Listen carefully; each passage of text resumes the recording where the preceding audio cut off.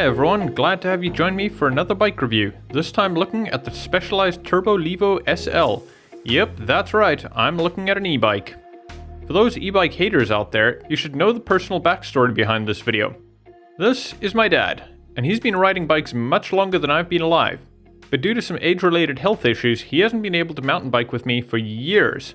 Partly because he can't keep up, and partly because he's terrified of some of the trails I head down. I can't help the latter, but thanks to the great guys over at Corsa Cycles in Squamish, BC, I was able to solve the former by treating my dad to a day out on the Turbo LEVO SL. Note this video isn't sponsored content, just me sharing an awesome day out and a breakdown of the bike for all those who might be on the fence as to whether you should get an e-bike or not. For those of you who may be passing through Squamish and are in need of a bike store, make sure to swing by Corsa and say hi. After taking a look around the store, talking to the Corsa guys, and getting all the details how to use the bike, we headed out to see how the Levo SL did in the trails. Not surprisingly, the day started with a long uphill.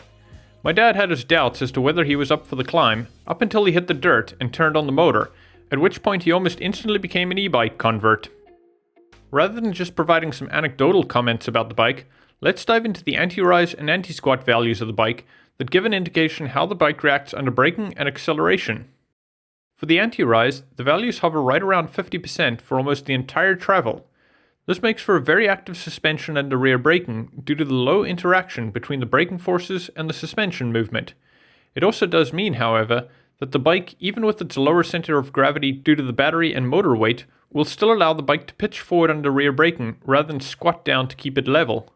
This makes the bike excellent for rough terrain and high-speed trails where you really need the plush suspension, but maybe not as preferred on steep trails where you don't want the bike to be able to pitch forward easily. Looking now at the anti-squat values, we can see a linearly decreasing trend from 100% to just below 50%. As a result of the lower than 100% values, there will be some pedal bob, especially at mid-travel. However, low anti-squat values do provide a very plush suspension to aid in bump absorption, as there is reduced interaction between the change force and suspension movement. The low anti-squat also means reduced pedal kickback and a more compliant suspension when climbing technical terrain. Overall, my guess would be that the engineers decided that the motor would more than make up for any pedaling inefficiencies, and the benefit of a more active suspension is worth it. As the climb continued into the steep single track, it became obvious to both my dad and I that this was a game changer for him to continue to ride for years to come. What used to be grueling was now very doable, even in trail mode, and as we climbed, my dad didn't even seem to be out of breath. It was finally time to drop in on the trail, one of my dad's favorite, Sudasuga.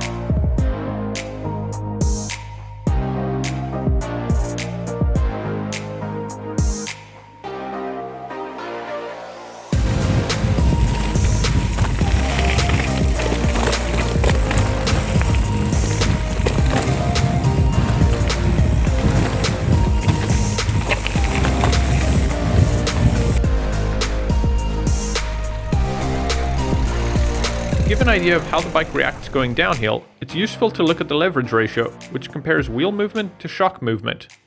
For the Turbo LEVO SL, the leverage ratio starts high and slowly decreases before flattening out deep in the travel, providing an excellent suspension response. In the initial part of the travel, there is better small bump compliance due to the higher initial leverage ratio. During the end stroke, the curve isn't extremely progressive and instead flattens, which allows you to run slightly higher pressures in the air shock to aid in mid-travel support, without having a harsh ramp-up at the end due to the air shock's highly progressive nature in this region. While it might not provide the best bottom-out support, if you're hitting extremely large drops, one can always add a volume spacer or two to improve the suspension response in this region. This allows you some flexibility in how you want your bike to respond. Two other metrics that are useful to describe how the bike will react while heading downhill are the wheel path and chain growth.